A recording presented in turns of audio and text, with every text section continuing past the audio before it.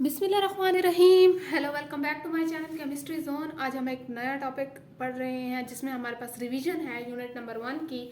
Unit 1 हमारे पास कौन सा था जिसकी बहुत सी वीडियो ऑलरेडी अपलोड है। हर टॉपिक की वीडियो ऑलरेडी अपलोड है इस चैनल पे।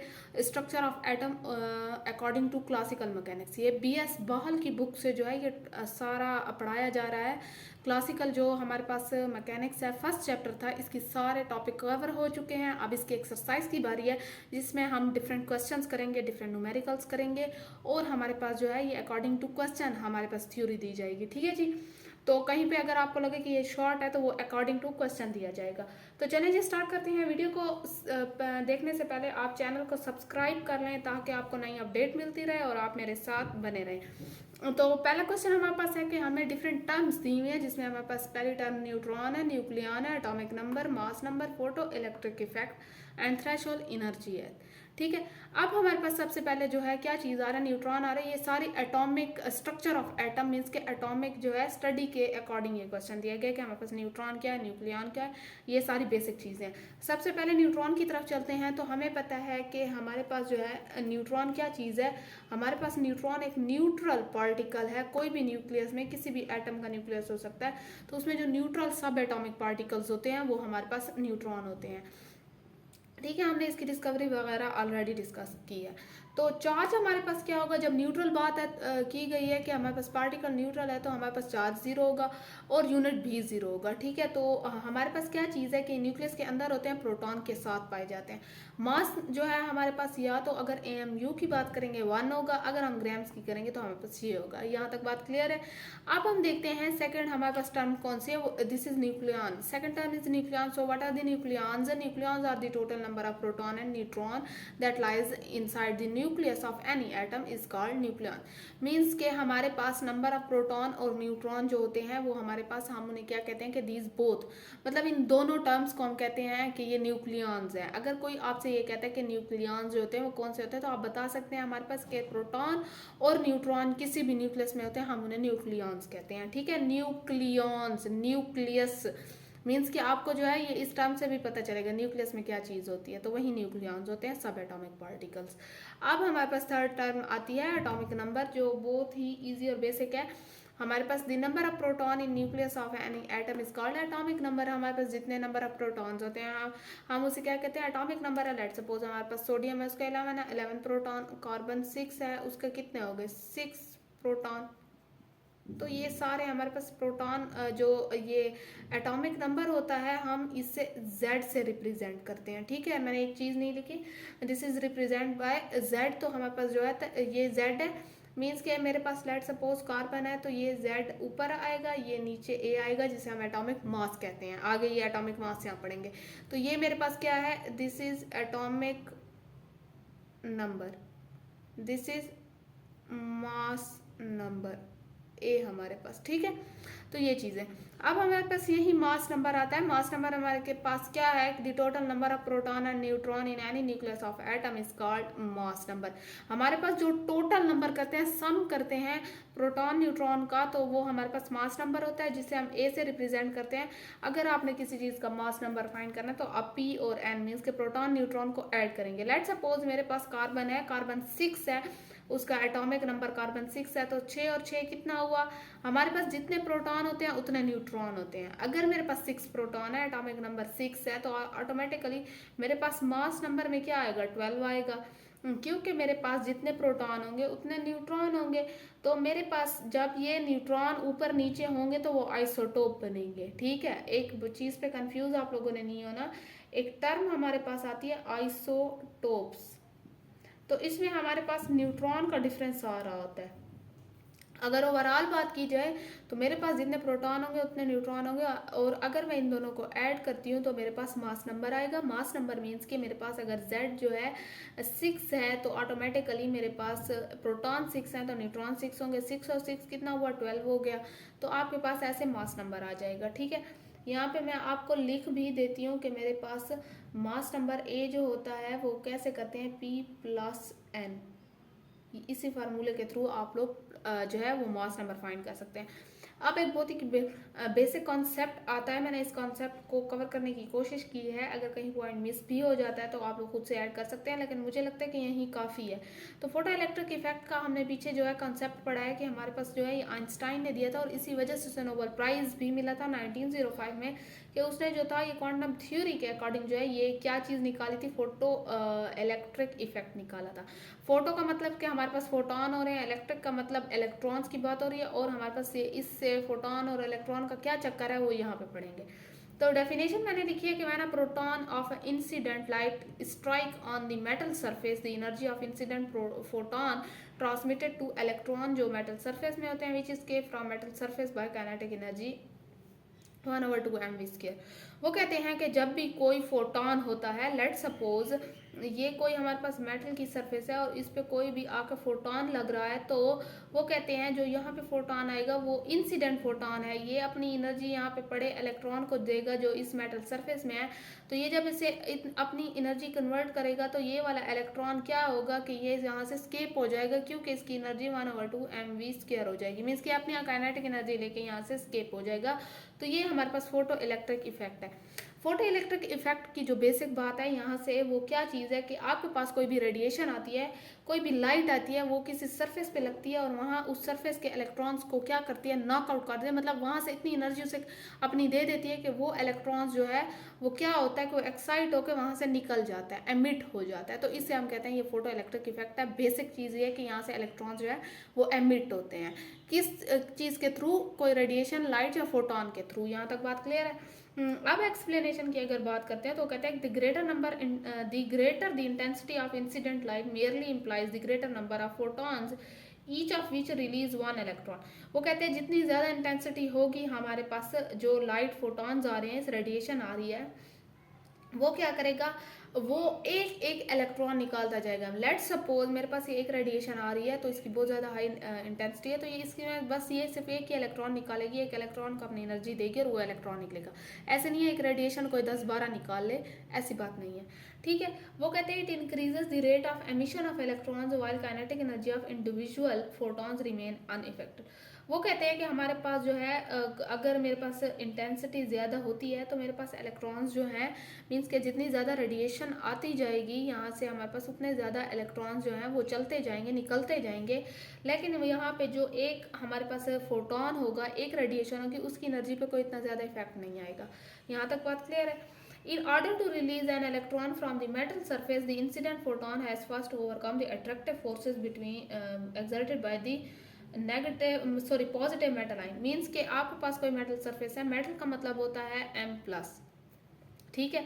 अगर कोई मेटल सरफेस है तो इसमें हमारे पास जो है पॉजिटिव आयंस भी होंगे और इलेक्ट्रॉन्स भी होंगे।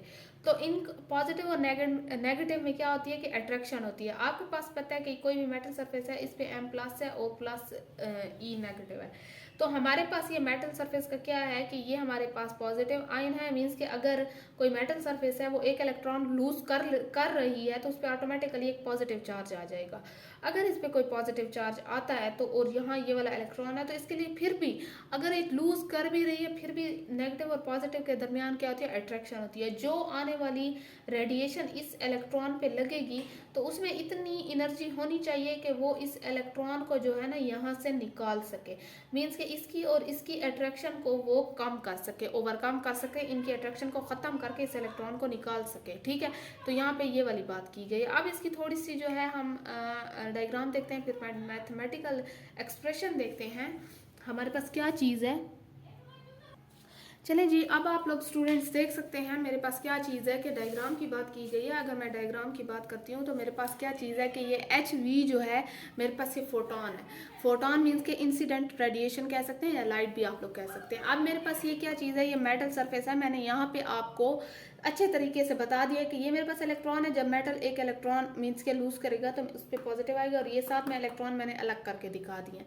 तो यहाँ पे जैसे लाइट पड़ती है, लेट सपोज वो इस इलेक्ट्रॉन पे स्ट्राइक कर रही है, तो ये वाली अपनी एनर्जी इसे दे देगा। जब ये अपनी एनर्जी से देगा तो ऑटोमेटिकली ये अपनी काइनेटिक एनर्जी इसकी ज़्यादा हो जाएगी और ये यहाँ से जो है स्केप हो जाएगा। तो इससे हम कहेंगे कि ये फोटो इलेक्ट्रॉन है, मीन्स के फोटो इलेक्ट्रिक इफेक्ट की वजह से एमिट हुआ है।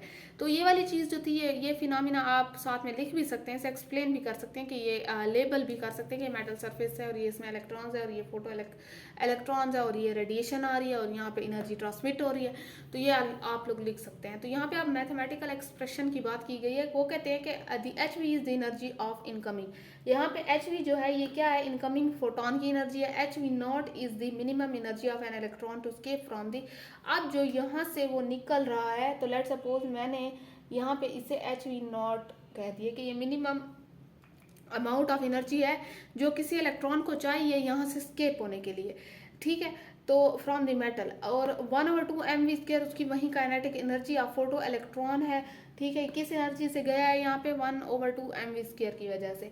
तो ये जो एच वी होता है ना, ये आप जो मेटल सरफेस यूज़ करेंगे, सॉलिड जो स्टेट यूज़ करेंगे, उसके लिए कांस्टेंट होता है। हर सॉलिड के लिए स्पेसिफिक होता है या कांस्टेंट होता है। मीन्स के लेट सपोज अगर आप कोई मेटल यूज़ कर रहे हैं, मैं कोई भी मेटल ले लेती हूँ, जैसे मैं मेटल में कौन सा ले लेती हूँ, कोई आप कोई सा भी मेटल ले सकते हैं, प्लेटिनम, ये चीज़ें। तो इसके लिए लेट सपोज मेरे पास कोई वैल्यू दी गई है जो कांस्टेंट है, उस मतलब उस सॉलिड के लिए क्या चीज़ है, ये वो वैल्यू कांस्टेंट है। तो इसलिए वो कह रहे हैं कि हर जो पर्टिकुलर सॉलिड होगा उसके लिए मेरे पास एच वी नॉट की वैल्यू क्या होगी, कांस्टेंट होगी। अब वो कहते हैं कि हम इसे work as a work function के तौर पे भी ले सकते हैं इस चीज़ को, ठीक है। तो मैंने क्या किया कि यहाँ पे जो एक चीज़ थी वो क्या थी कि 1/2 mv² था, तो H we minus H V not है, तो ये H we minus work, means कि यहाँ पे वर्क डन हो रहा है। क्या चीज़ हो रही है यहाँ पे, आप लोग देख सकते हैं वर्क डन हो रहा है ना, कि इसने एनर्जी दी और यहाँ से स्केप हो गया। तो मैंने इसे जो है, ये फाइनल इक्वेशन ये वाली थी जिसमें हमारे पास वर्क डन की बात हो रही है। आप लोग देख सकते हैं कि वर्क डन में हमारे पास क्या होगा कि वो स्केप कर जाता है, वो अपनी एनर्जी फोटोन से लेके, फोटोन से अपनी एनर्जी दे के और क्या करता है, उसे एमिट कर देता है। अब जो है वो इक्वेशन जो है ये स्ट्रेट लाइन के लिए दी गई है जो एक्सपेरिमेंटली डिटरमाइन है, ठीक है। अब जो है ना, आइंस्टाइन ने जो चीज़ दी थी ना, वो बिल्कुल प्लैंक जो था हमारे पास, उसने भी वही दी थी। मीन्स के वो जो साइंटिस्ट था उसकी और इसकी जो थी वैल्यू या स्ट्रेट लाइन हमारे पास जो ऑब्टेन हो रही थी वो सेम थी। तो मेरे पास ये छोटा सा ग्राफ है, मैंने ग्राफ दे दिया, kinetic energy of photo electrons है और ये यहाँ पे जो है फ्रीक्वेंसी ऑफ इंसिडेंट लाइट है। तो ये मेरे पास कैसे होगी कि यहाँ से स्ट्रेट लाइन ऑब्टेन होगी। यहाँ तक बात क्लियर है। अब मेरे पास जो लास्ट टर्म था वो हमारे पास क्या था, थ्रेश होल्ड फ्रीक्वेंसी या एनर्जी भी। अगर मैं आपको ओवरऑल थ्रेश होल्ड फ्रीक्वेंसी की बात, सॉरी एनर्जी की बात करूँ, तो हमारे पास अगर एनर्जी की बात होती है तो एनर्जी में मैंने क्या कहा है कि थ्रेश होल्ड क्या है, एनर्जी है। अगर थ्रेश होल्ड एनर्जी की बात करूँ, लेट सपोज मेरे पास एनर्जी होती है 10 जूल एनर्जी है और यहाँ पे कोई इलेक्ट्रॉन है जिसे यहाँ पे एक इलेक्ट्रॉन पड़ा है और उसे जो है इस स्टेट में आना है और यहाँ पे इसकी ग्राउंड स्टेट है और ये हमारे पास एक्साइटेड स्टेट है और यहाँ पे इसे आने के लिए 10 जूल एनर्जी की ज़रूरत है, ठीक है। यहाँ अब इलेक्ट्रॉन के पास जो है क्या चीज़ है कि हमारे पास 5 जूल एनर्जी है। तो इसकी हमारे पास थ्रेश होल्ड फ्रीक्वेंसी जो है इतनी, मीन्स के इसकी थ्रेश होल्ड फ्रीक्वेंसी 10 तक होनी चाहिए, 11 तक होनी चाहिए कि ये हमारे पास इस स्टेट को क्या करे, यहाँ तक जा सके। तो हमारे पास थ्रेश होल्ड उसे कहते हैं कि आपका कोई भी इलेक्ट्रॉन है या आपका कोई भी ऐसी चीज़ है जिसे आप टारगेट तक लेना चाहते हैं, तो उसके पास इतनी एनर्जी होनी चाहिए कि वो अपने टारगेट को अचीव कर सके। ओवरऑल जो बात होती है थ्रेश होल्ड की वो ये वाली होती है। मीन्स के लेट सपोज अगर मेरे पास ये कोई भी जो है ये क्या चीज़ है कि ये माउंटेन कह दें या कोई भी चीज़ कह दें या मैंने इस पहाड़ पे चढ़ना है, लेट सपोज मेरा मैं ये हूँ, मीन्स के मैंने अपने आप को बना दिया है और मैंने यहाँ पे ऐसे उतरना है, तो मेरा थ्रेश होल्ड ये वाला है। मीन्स कि मुझे इतनी एनर्जी चाहिए कि मैं इस पीक तक पहुँच सकूँ, तो this is called threshold frequency जो मैक्सिमम होती है। तो सेम यही बात है। अब मैंने यहाँ पे फ्रीक्वेंसी इसलिए लिखी है क्योंकि ये वाली फ्रीक्वेंसी इस टॉपिक से रिलेटेड है।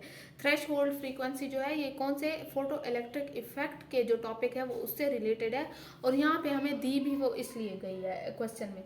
तो वो कहते हैं कि द एनर्जी ऑफ फोटॉन्स, जो एच वी हमने कहा है, जो ये वाला फोटोन था, is proportional to frequency of incident light. ठीक है, हमारे पास जितना मीन्स के हमारे पास जो फ्रीक्वेंसी या एनर्जी थ्रेशोल्ड की बात कर दें, तो वो कहते हैं जितनी ज़्यादा हमारे पास शिद्दत फ्रीक्वेंसी होगी हमारे पास, उतना ज़्यादा हमारे पास एनर्जी होगी। आपको पता है कि जिसकी फ्रीक्वेंसी जो है वो ज़्यादा होती है, मीन्स के शॉर्ट फ्रीक्वेंसी होती है, तो हमारे पास उसकी एनर्जी ज़्यादा होती है। ठीक है, तो सेम यही बात करें कि जितनी एनर्जी ज़्यादा उतनी उसकी फ्रीक्वेंसी ज़्यादा, या जितनी फ्रीक्वेंसी ज़्यादा उतनी एनर्जी ज़्यादा। The frequency which provide enough energy just to release electron from the metal surface will be threshold frequency, जिसे हमने वी नॉट का नाम दे दिया। वो कहते हैं कि हमारे पास जो है फोटोन की इतनी एनर्जी होनी चाहिए, जैसे मैंने आपसे कहा है ना कि मेरे पास इतनी जो है एनर्जी होनी चाहिए मैं यहाँ तक पहुँचूँ, तो वो कहते हैं कि फोटोन की भी इतनी एनर्जी होनी चाहिए, इस फोटोन की इतनी एनर्जी होनी चाहिए कि ये इस इलेक्ट्रॉन को एमिट कर सके। तो इसी चीज़ को हम कहते हैं कि ये उसकी थ्रेशोल्ड फ्रीक्वेंसी है। For frequency less than V nought no electron will be emitted. अगर मेरे पास जो है यहाँ पे मुझे 20 जो है क्या करते हैं कि स्टेप, लेट सपोज मैंने आपको एग्जांपल दिया, मुझे 20 स्टेप चाहिए और मुझे अपनी एनर्जी जो है लेट सपोज कितनी चाहिए, कोई 200 किलो कैलोरीज की एनर्जी यहाँ तक चाहिए कि मेरे इतने पाँव जो है काम करें कि मैं यहाँ पे चली जाऊँ। अगर मैंने लेट सपोज यहाँ 10 स्टेप लिए हैं और मेरे पास एनर्जी जो है वो 100 किलो कैलोरीज की है, मैं नहीं अचीव कर सकूंगी, तो ये मेरी जो है ये क्या चीज़ है, ये less than threshold frequency है। थ्रेश होल्ड फ्रीक्वेंसी मेरी ये कह रही है कि अगर आपको टारगेट अचीव करना है तो आपके पास इतनी होनी चाहिए। तो सेम यहाँ इस केस में भी वो कहते हैं फोटोन के पास इतनी एनर्जी होनी चाहिए, थ्रेश होल्ड फ्रीक्वेंसी होनी चाहिए, या थ्रेश होल्ड जो है एनर्जी होनी चाहिए कि वो इलेक्ट्रॉन को नॉकआउट कर सकते हैं। नॉकआउट तो नहीं कह सकते बल्कि वहाँ से एमिट कर सके। ठीक है, तो यहाँ पे जो है अगर कम हुई थ्रेश होल्ड से तो हमारे पास इलेक्ट्रॉन जो है वो एमिट नहीं होगा यहाँ से मेटल सरफेस से। वो कहते हैं अगर आपके पास लेट सपोज एनर्जी जो है वो थ्रेश होल्ड से भी ज़्यादा है, लेट सपोज यहाँ 20 है, मैं 30 स्टेप चल सकती हूँ, तो मेरे पास क्या होगा कि वो फिर इस जो है रिलेशन से लिखेंगे। वो कहते हैं अगर मेरे पास लेट सपोज एक्स्ट्रा एनर्जी आ गए तो कहते हैं part of energy goes to loosen the electron. कुछ एनर्जी जो है वो क्या होगी कि लूज मतलब वो एमिट कर लेगी, और जो एक्स्ट्रा एनर्जी बच जाएगी तो वो हमारे पास जो है वो जो इलेक्ट्रॉन होगा वो अपने साथ लेके जाएगा as a kinetic energy of photo electron.